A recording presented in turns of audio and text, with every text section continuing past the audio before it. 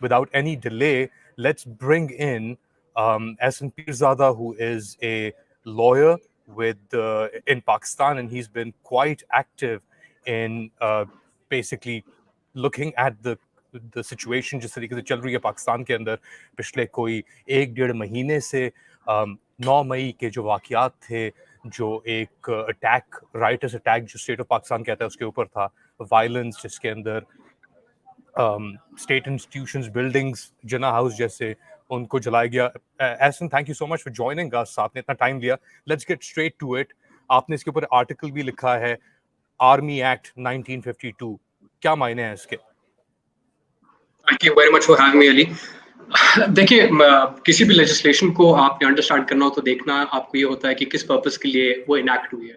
Army act in itself makes it very clear कि ये army के लिए ही इनैक्ट हुई है, आर्मी की अफेयर्स को गवर्न करने के लिए और आर्मी के पर्सनल्स को गवर्न करने के लिए और उन लोगों को गवर्न करने के लिए जो इनसे मुंसलिक है, यानी कि एक सिविल कॉन्ट्रैक्टर जो प्रॉब्ली किसी सेंसिटिव एरिया के अंदर काम कर रहा है, किसी सेंसिटिव इंस्टॉलेशन के अंदर काम कर रहा है, तो उसके ऊपर ये लागू होना चाहिए। अनफॉर्चुनेटली 1967 के अंदर जनरल अयूब खान ने इसका इतलाक जो है वो आम आवाम के ऊपर भी कर दिया था और एक सेक्शन अमेंड किया था 21D, और उसका पर्पस ये था कि अब इसका इतलाक किसी भी सिविलियन के ऊपर हो सकता है। And the only reason why it did was के देयर वाज 1965 वॉर के अंदर there was a lot of gains that were made by the Pakistan army. Unfortunately Tashkent agreement के अंदर कहते हैं हिस्टोरियंस के lot was lost at the negotiating table and एक uprising हो गई थी जिसको कर्टेल करने के लिए they had to actually go and amend it ताकि वो लोगों को persecute कर सकें, rather silence कर सकें या dissent को वो curtail कर सकें। So this is the evolution of Army Act and how it actually started, applying to civilians, which is very unfortunate. तो ये तो एक नटशेल के अंदर इसकी हिस्ट्री आपने बयान की एहसन, मगर प्रैक्टिकल टर्म्स में जब हम पाकिस्तान की बात करते हैं तो वहां पे तो एक लाकानूनी, अगर कहा, आप लॉयर हैं खुद ही, I am sorry if I have to say this, मगर इतनी लाकानूनियत है कि अगर आज कोई केस जाता है कोर्ट के अंदर, एक सिविलियन केस, एक रियल एस्टेट का केस आप ले लें कराची में फॉर एग्जांपल, तो वो तो 30-35 साल तक चल सकता है। यानी कोई लॉ एंड ऑर्डर की गुंजाइश, यानी सूरत हाल इज कंप्लीटली टेरेबल इन पाकिस्तान।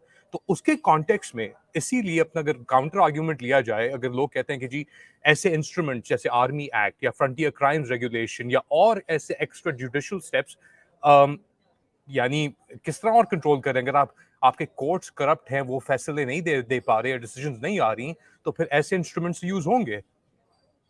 तो इसका काउंटर आर्ग्यूमेंट ये है जी कि अगर एक चीज खराब है या उसके अंदर कोई नुक्स है, तो या ये हो सकता है कि आप उस चीजों को बेहतर करें, या फिर आप जो चीज ऑलरेडी खराब नहीं है उसको भी आप जो है तबाह करने के दहाने पे ले आए।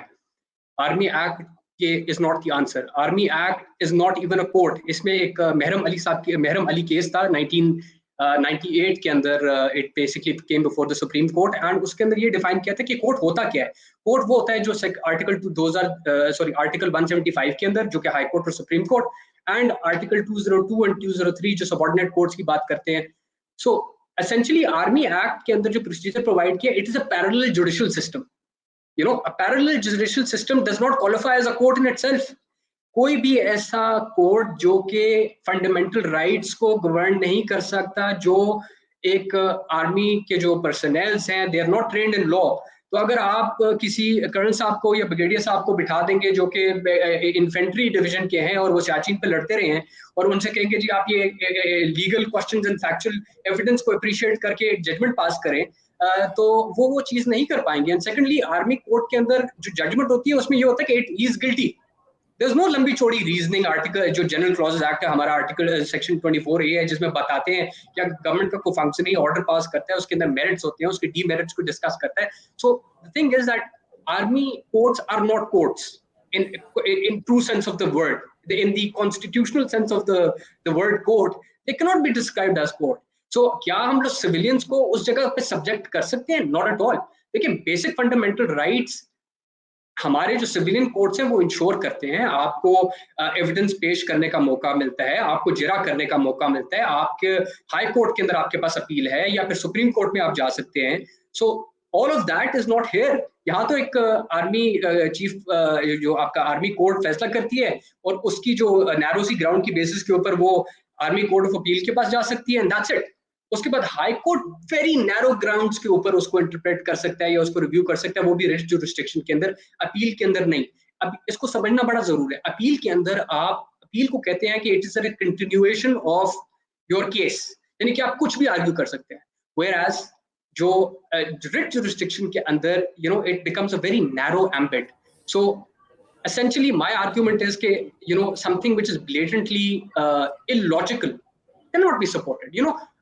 I'm sorry, Ali, I'm taking time because I think this is a very important subject that no one is speaking about, and rightly so. हमें थोड़ा सा ख्याल रखना चाहिए, but it's important to lay this out.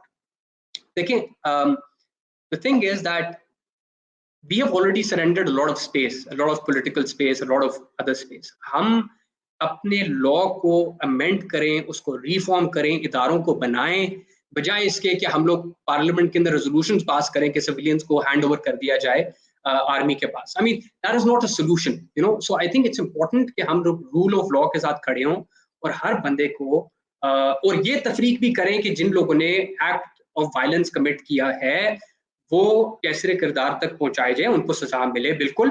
लेकिन civilian courts के अंदर, anti terrorism court के अंदर, they have countless powers to भाई वो send them to prison. Civilian court तो भाई आप अपना बात सुने, अपना ऐसा काउंटर आर्गुमेंट है, सिविलियन कोर्ट्स फेल हो चुके हैं, वो डिस्पेंस ही नहीं कर पा रहे जस्टिस कानून, यानी तो फिर किस तरीके से?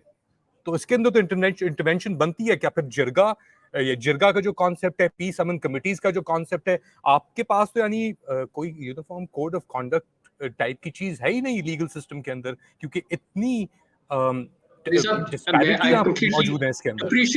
appreciate your question, but आपको पता है जिरगों के अंदर काराकारी भी होती है। वो कहते हैं मार दो इसको, पत्थरों से संसार कर दो। जिरगों की ये भी जजमेंट्स है। तो क्या हम लोग, क्या जिरगे की, क्योंकि वो जल्दी डिस्पेंस करता है जस्टिस, तो क्या हम लोग संसार करना शुरू कर दे लोगों को? इसी तरह army act is made under the army courts are made under the army act, and official secret act का मतलब ये है कि वो बंदा अगर एसएमपी ज़्यादा जाके तस्वीरें खींचता है किसी बेस के अंदर, या फिर आर्मी के साथ मेरा तल्लक है और मैं जाके किसी गोल्फ कोर्स के ऊपर किसी फौजी के साथ दोस्ती करता हूँ और उससे किसी तरीके से बिला के सेड्यूस करके मुल्क के खिलाफ करना शुरू कर देता हूँ, तो फिर तो मैं उस एम्बिट में, एस्पियोनेज के अंदर और बाकी सारी चीजों के अंदर धरा जाऊंगा और ऑफिशियल सीक्रेट मेरे अट्रैक्ट हो सकता है। बट पॉलिटिकल एक्टिविटीज के ऊपर ऑफिशियल सीक्रेट एक्ट का इत्तलाक ऐसे ही है जिस तरह आप किसी जनरल साहब का कोर्ट मार्शल की जगह आप सुप्रीम कोर्ट में या हाई कोर्ट में या ट्रायल कोर्ट के अंदर आप वो ट्रायल करना शुरू कर दे। It doesn't make any sense. Political activity, no matter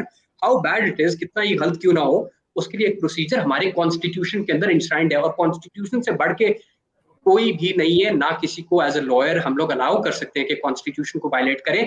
हमारे पास बहुत सारे प्रॉब्लम्स है। Where developing countries, we have 2 million cases pending in the courts, ठीक है जी। इस्लामाबाद हाई कोर्ट बहुत छोटा सा कोर्ट है, इसके अंदर भी 40,000 केसेस पेंडिंग है। तो आप क्या करें? हमें डिजिटलाइजेशन के पास जाना पड़ेगा, हमें पार्लियामेंटेरियंस को बैठना पड़ेगा सर जोड़ के और इसका सोल्यूशन निकालना पड़ेगा। सीपीसी हमारा 1908 की है, उसको अमेंड करना पड़ेगा, उसको मॉडर्नाइज करना पड़ेगा।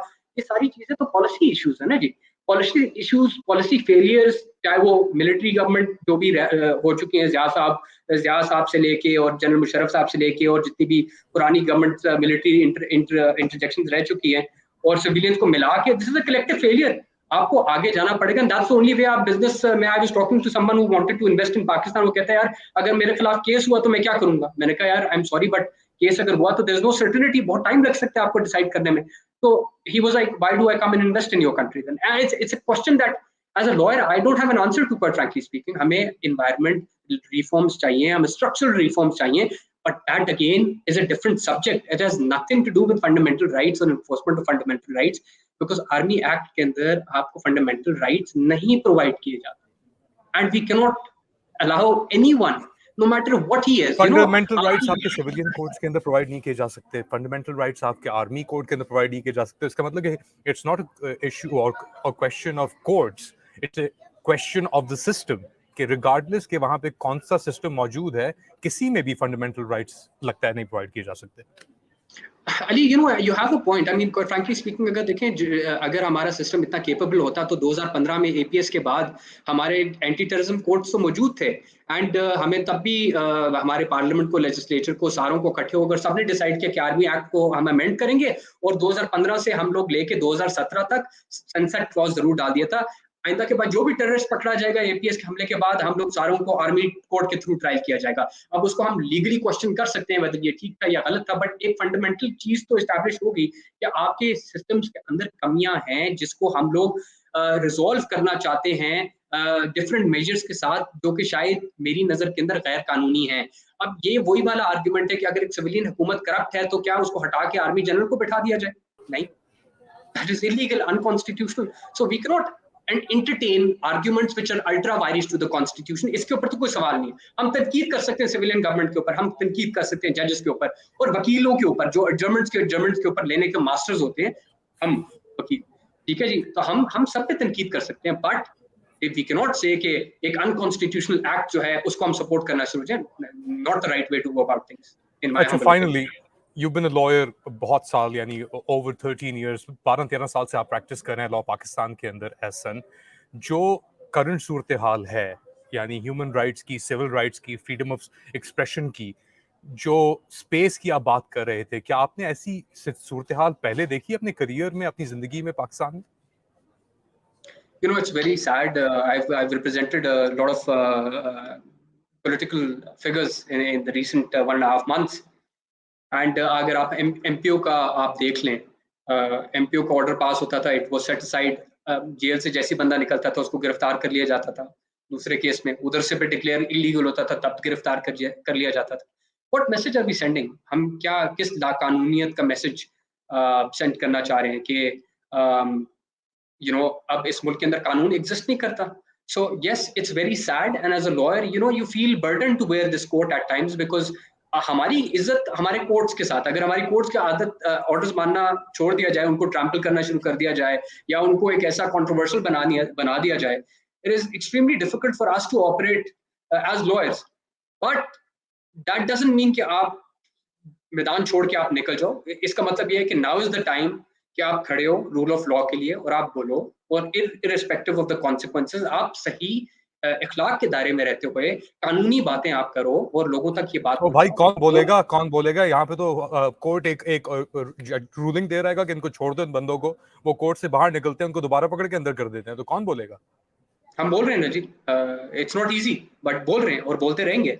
एंड अगर एक बंदा, अभी देखे ना, जिब्रान नासिर को was picked up but is resumed.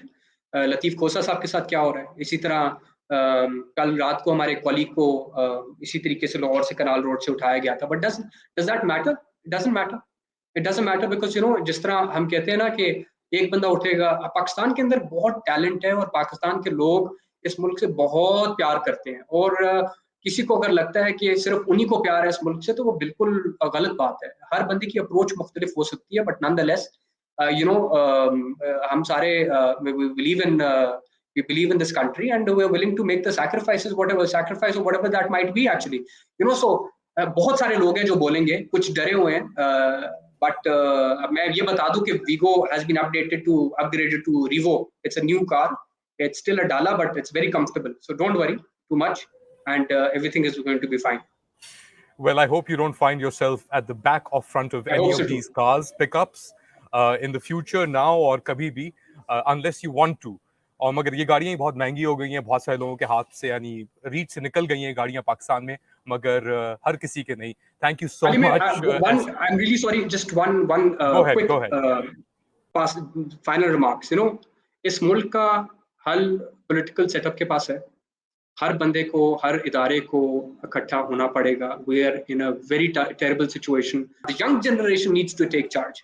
So I really hope with this note that those who are willing and actually listening to your show would take a stand and say the right things and bring the temperature down, because that's the need of the hour.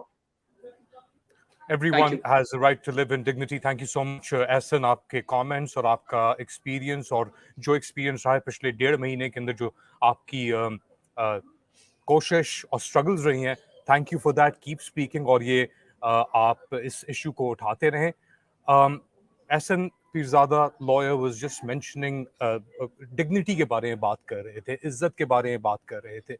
तो जाते जाते हम उन लोगों के बारे में जो पाकिस्तान से जिन्होंने नकल मकानी की और फ्लाइट लेके इजिप्ट गए, उसके बाद उन्होंने अपना रास्ता लिबिया की तरफ किया और लिबिया में कुछ रिपोर्ट्स के मुताबिक $6,000 एक एक बंदे ने देके उस किश्ती पे चढ़े। यही नहीं पता कितने लोग थे, एनीवेयर बिटवीन 500 से 750 का फिगर आ रहा है। और फिर इस उम्मीद में कि वो इटालियन कोस्ट, इटली की तरफ लिबिया से वो पहुंचेंगे और अपनी एक नई जिंदगी शुरू करेंगे, मगर ऐसा नहीं हुआ। उनकी जिंदगी खत्म हो गई मेडिटरेनियन में जब वो किश्ती डूब गई। तो ऐसे कितने और नौजवान हैं जो स्ट्रगल कर रहे हैं, पाकिस्तान से निकलना चाह रहे हैं किसी भी तरीके से, क्योंकि उनके पास जस्टिस नहीं है, उनके पास रोजगार नहीं है और उनके पास उम्मीद नहीं है कि आगे क्या होगा उनकी जिंदगी में। तो ये ना सिर्फ ये आर्मी एक्ट है, ना ये इकोनॉमिक क्राइसिस है, ये लोगों की जिंदगियों की बात है जो बहुत मुतासिर हुई हैं। और इसी के साथ आप ये प्रोग्राम दोबारा देख सकते हैं। सब्सक्राइब करें youtube.com/let Ali show you, हमारा शो है। एंड वंस अगेन आपका बहुत बहुत शुक्रिया। Take care.